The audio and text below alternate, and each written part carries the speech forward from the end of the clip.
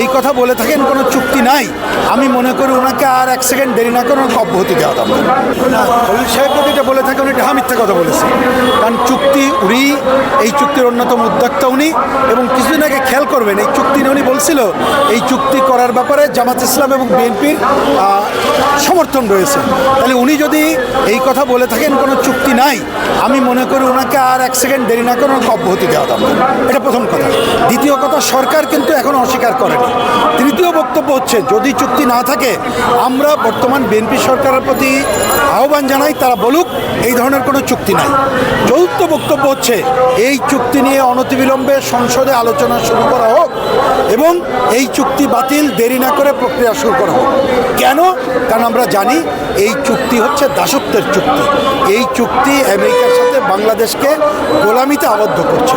দেখেন, খুব সহজ কথা, তারা যে অসম বাণিজ্যকে সমতা আনার জন্যে যে চুক্তি করেছে, আমাদের প্রয়োজন না থাকলেও বোয়িং বিমান কিনতে হবে, প্রয়োজন না থাকলেও বেশি দামে জ্বালানি কিনতে হবে, প্রয়োজন না থাকলেও বেশি দামে আমাদের খাদ্যদ্রব্য কিনতে হবে।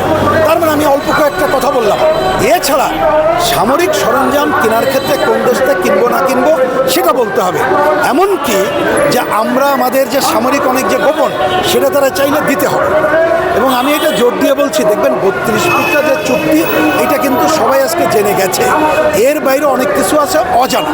আমরা মনে করি এইটা যে একটা গোপন এখনো পর্যন্ত যেটা আমরা হয়তো এটা বের করেছি, এই চুক্তি আমাদেরকে দাসত্বের শৃঙ্খলা আবদ্ধ করবে, আমাদেরকে ভয়াবহ অর্থনৈতিক সংকটে ফেলবে, রাজনৈতিক সংকটে ফেলবে। আর ভূরাজনৈতিক কারণে আমেরিকা আমাদের দেশের উপরে যে আধিপত্য বিস্তার করতে চায় সে আধিপত্য বিস্তারের কাজ করবে। আমি এই সুযোগে দেশবাসীকে মনে করে দিতে চাই, আমেরিকা যে আজকে একটা বিশ্ব ডাকাত, ভেনিজুয়েলা দেখেই আপনারা প্রমাণ পেয়েছেন কীভাবে তার রাষ্ট্রপতি এবং তার স্ত্রীকে তুলে নিয়ে গেল, ইরানে তার সর্বোচ্চ নেতাকে কিভাবে হত্যা করলো।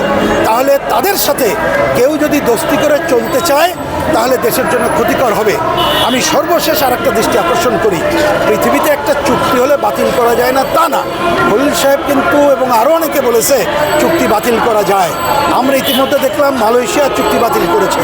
আমি এই সরকারের প্রতি আশা করব তারা সংসদে আলোচনা করে সর্বসম্মত সিদ্ধান্ত নেবে যে এই চুক্তি বাতিল করলাম এবং দেশের স্বার্থবিরোধী কোনো চুক্তি আমরা করব না এবং বাংলাদেশে হতে দেব না।